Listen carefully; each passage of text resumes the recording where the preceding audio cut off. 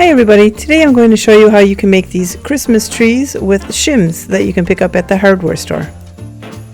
You can pick up the shims different sizes. This is like a 7-inch size, and this will make a smaller tree, of course. So I'm going to go ahead and pick out 6 of these. You're going to have 3 for each side, and you take the smaller skinnier top part, and I'm going to space them about 2 inches apart.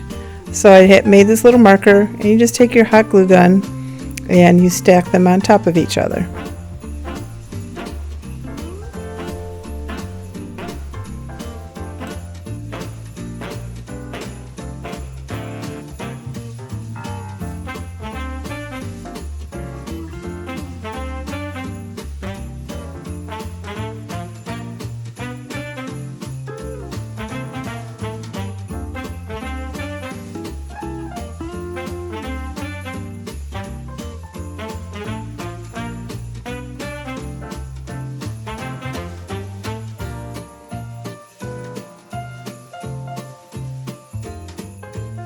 And you just repeat the process for the other side. So like I said, these are, I'm using 6 of them, so there's 3 on each side, but you could make them taller if you wanted to, and just add a few more on each side.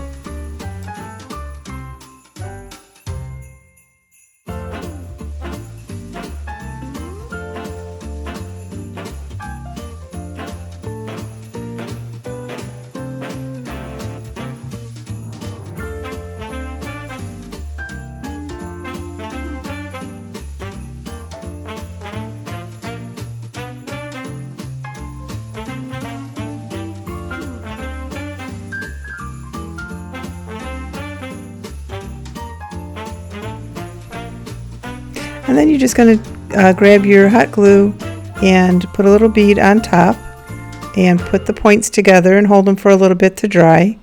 And then you put a couple of beads of hot glue on your base and go ahead and glue those on.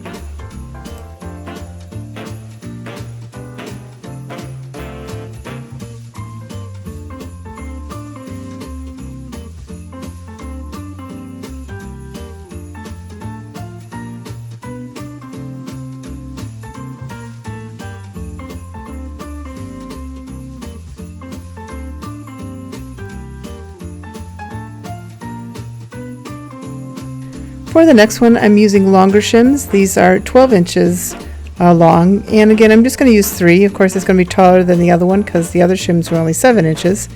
So just repeat the whole process again like we did the first one and make the taller one.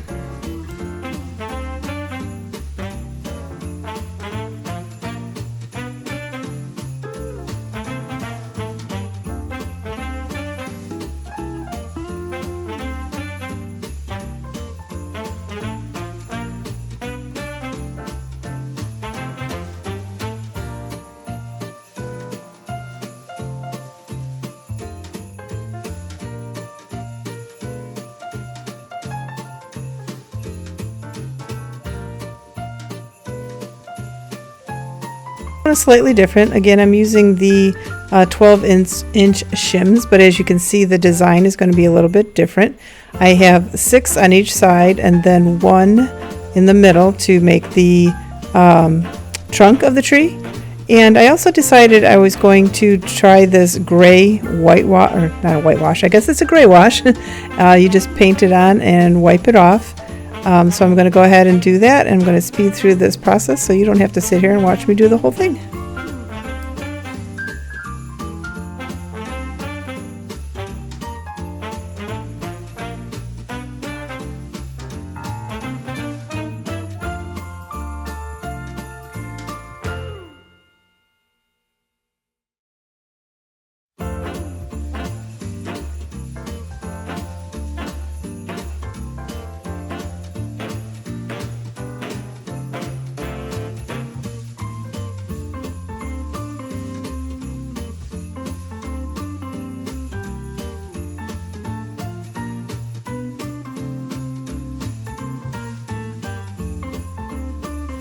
Still a little sticky, so I'm going to go ahead and hit them with my heat gun here, just so that when I glue them together that they will glue better.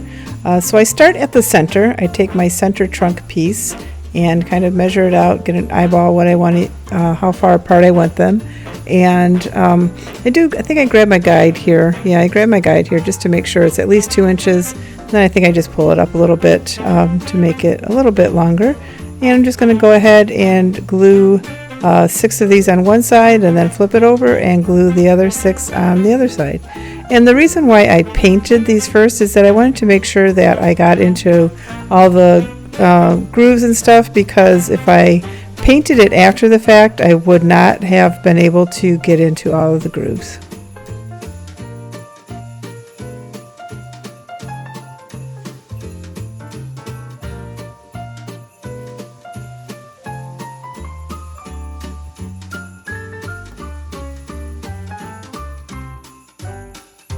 So now these are all glued together, and I have to figure out what I'm going to use for a base to hold it up. And I had this little wood round, and I think maybe if I would have just glued it on, it would have stayed. I'm not too sure because it's a little heavy. So I decided I was going to try and put like a little groove in here, kind of chisel out a little groove in this little piece of wood. And as you see here, I ended up cracking it, which was fine because I was able to clean out the center a little bit better, or a little easier, I guess I should say. And then I just used some E6000 and some hot glue to go ahead and glue that back together.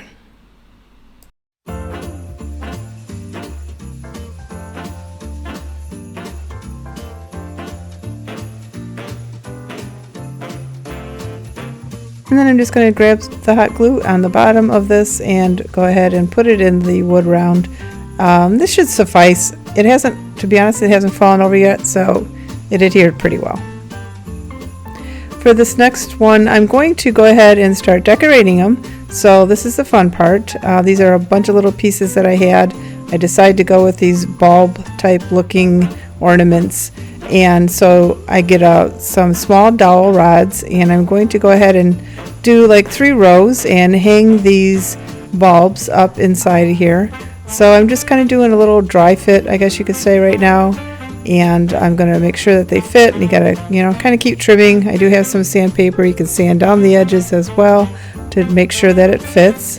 And then I'm going to take the ornaments that are already pre-strung, which is nice, so I don't have to deal with that little task, and just hang them on here. I'll put a little bead of glue on top of the string just so that it doesn't slide around, and then I'll go ahead and put some glue on each end and kind of wedge it up in there and let it dry.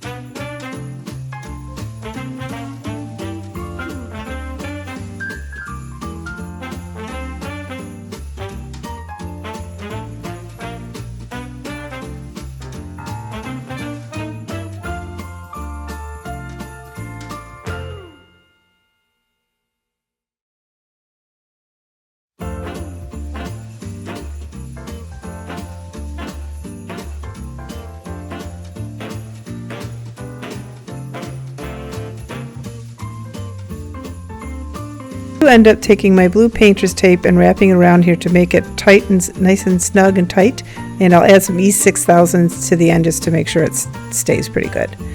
So then I decided I didn't really like that gray wash, so I'm going to go ahead and do a white wash.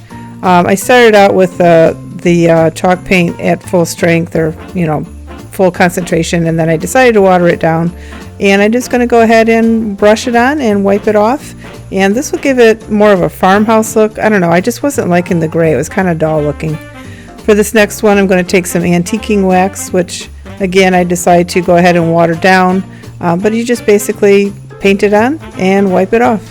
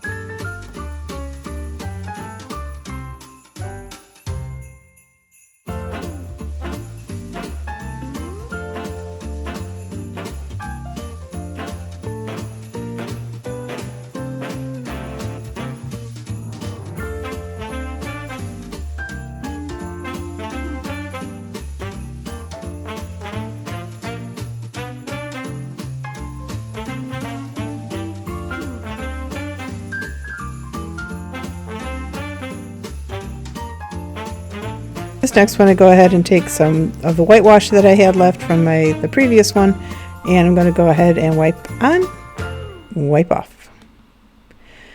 And the decorations can be simple. You don't even have to put any decor on these. They look cute by themselves, but I'm just going to take this simple red star and hang it up in the middle here.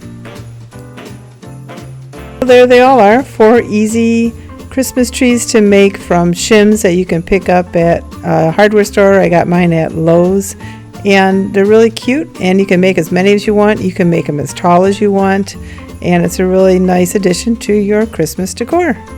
This is Jeannie with Makers Unify. Thank you so much for watching, and have a DIY day.